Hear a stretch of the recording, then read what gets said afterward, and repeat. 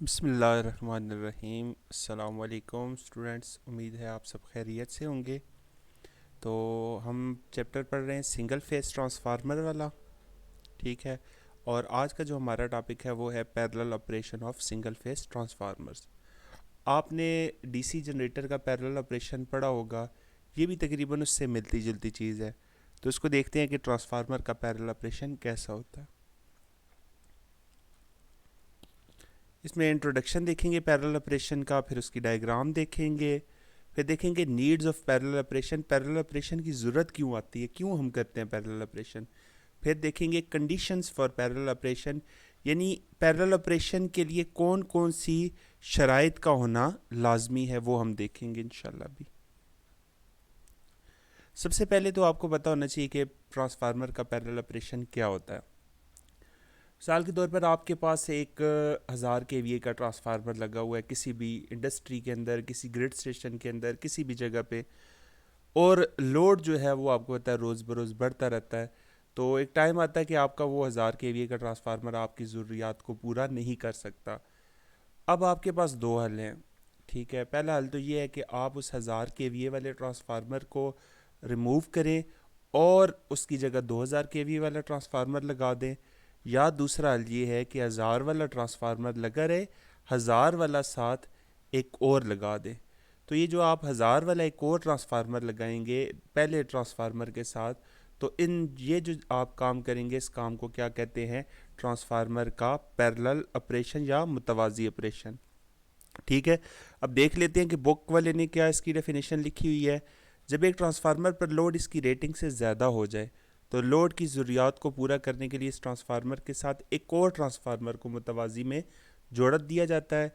इस तरह छोटे छोटे ट्रांसफार्मर यूनिट मुतवाज़ी में काम करके मुश्तरका लोड को सप्लाई फराहम करते हैं। अब इसमें देखिए इसको कैसे जोड़ा जाता है, डायग्राम से मैं आपको समझा देता हूँ। ये आपके पास सप्लाई साइड है और ये लोड साइड है। ये T1 पहले वाला ट्रांसफार्मर लगा हुआ है, ठीक है।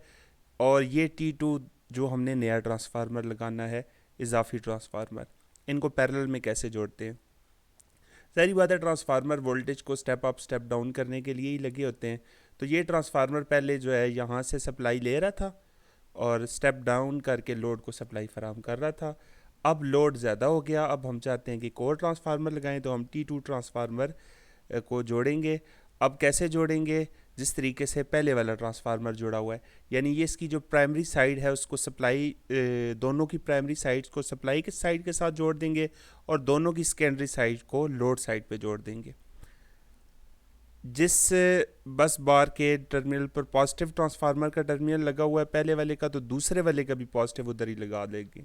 इसी तरीके से जिधर नेगेटिव टर्मिनल लगा हुआ है उधर ही दूसरे ट्रांसफार्मर का भी नेगेटिव लगा देंगे ताकि शॉर्ट सर्किट ना हो।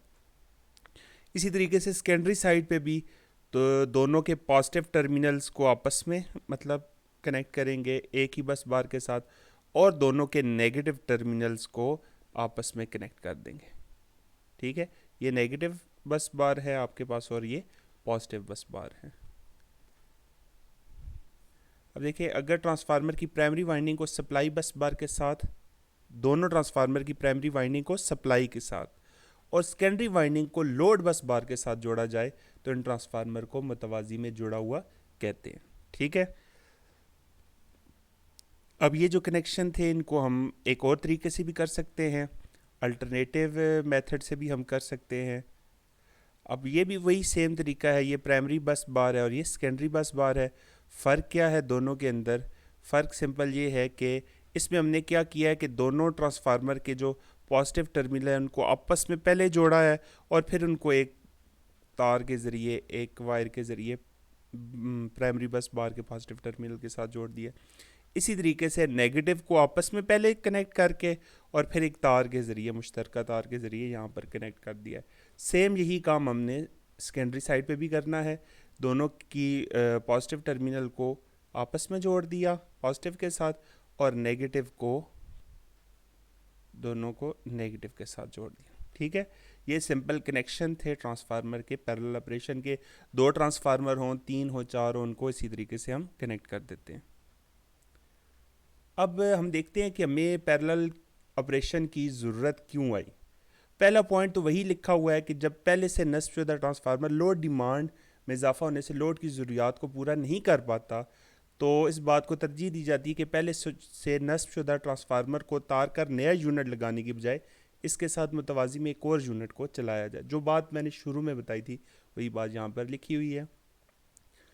अब इसका क्या क्या फ़ायदा होता है, मतलब जो दो ट्रांसफार्मर हम यूज़ करते हैं, हम एक ही 2000 के का यूज़ कर ले, हज़ार के हम दो क्यों इस्तेमाल करते हैं, या 500 के हम चार भी इस्तेमाल कर सकते हैं। तो हमें फ़ायदा क्या होता है मतलब ज़्यादा ट्रांसफार्मर इस्तेमाल करने के। सबसे पहला तो एक ज़्यादा रेटिंग के हामिल ट्रांसफार्मर की निस्बत छोटे ट्रांसफार्मर को मुतवाज़ी में चलाने से लागत कम आती है। ठीक है, कॉस्ट कम आती है।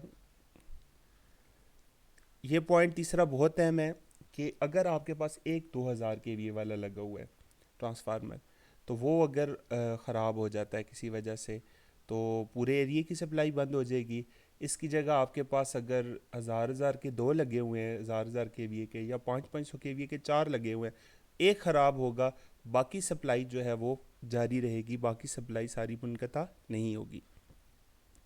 फिर उसके बाद जो ट्रांसफार्मर की एफिशिएंसी होती है फुल लोड पर ज़्यादा से ज़्यादा होती है।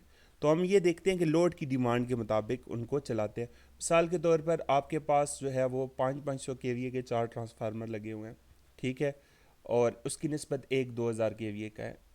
अब अगर आपके पास लोड जो है, आपको पता है दिन के मुख्तलिफ टाइम के ड्यूरेशन में चेंज होता रहता है। अगर आपका लोड जो है वो 500 के वी है, 300 है, 400 है, तो आप एक 500 वाला चलाएंगे। 700, 800, 900, 1000 के वी वाला है तो दो चला देंगे। 1000 से 1500 के दरमियान है तो तीन चला देंगे, और 1500 से 2000 तक है तो फिर चारों चलाएंगे। अगर इसकी निस्बत देखा जाए तो एक ही बड़ा 2000 वाला लगा हुआ है, तो हर वक्त उसको चलाना पड़ेगा, चाहे लोड 1800 के वी हो या 100 के वी हो या 500 हो, क्योंकि हमें सप्लाई तो देनी है ना लोड को। उसके बाद है छोटे यूनिट्स की मरम्मत और देखभाल आसान होती है। छोटे यूनिट्स वज़न में हल्के होते हैं, लिहाजा इनकी ट्रांसपोर्टेशन आसान होती है। एक जगह से दूसरी जगह लेके जाना जो है वो आसान होता है छोटे यूनिट्स को, लेकिन बड़े यूनिट्स को लेके जाना मुश्किल होता है। अब देखते हैं कि क्या किन किन शराइत का पूरा होना लाजमी है ट्रांसफार्मर के पैरेलल ऑपरेशन के लिए। ठीक है, ये 6 शराइत हैं। सबसे पहली शर्त जो है वो क्या है कि ट्रांसफार्मर को बस बार के साथ यकसा पोलैरिटी से जोड़ना चाहिए, यानी दोनों ट्रांसफार्मर जब आप जोड़ें तो उनकी पोलैरिटी यकसा हो। तो इस मकसद के लिए हमने पोलैरिटी टेस्ट पढ़ा था, अगर आपको याद हो तो पोलैरिटी टेस्ट हमने पढ़ा था। उसके बाद है ट्रांसफार्मर की प्राइमरी वाइंडिंग की रेटिंग सप्लाई वोल्टेज के और फ्रिक्वेंसी के मुताबिक होनी चाहिए। ज़ाहिर बात है, जितनी आपके पास सप्लाई के वोल्टेज आ रहे हैं तो प्राइमरी वाइंडिंग की रेटिंग भी उतनी होनी चाहिए। प्राइमरी और सेकेंडरी वाइंडिंग की वोल्टेज रेशो एक जैसी होनी चाहिए। दोनों ट्रांसफार्मर जब आप जोड़ रहे हैं तो उनकी दोनों की जो वोल्टेज रेशो है, यानी दोनों, एक भी अगर 11,000 वोल्ट को 400 वोल्ट में कन्वर्ट कर रहा है, मैं एक मिसाल दे रहा हूँ, तो दूसरा भी 11,000 को 400 में कन्वर्ट करे। ट्रांसफार्मर की फ़ीसद इम्पीडेंस की मकदारें बराबर होनी चाहिए। जब जो दो ट्रांसफार्मर जोड़ रहे हैं दोनों की इम्पीडेंस बराबर होनी चाहिए।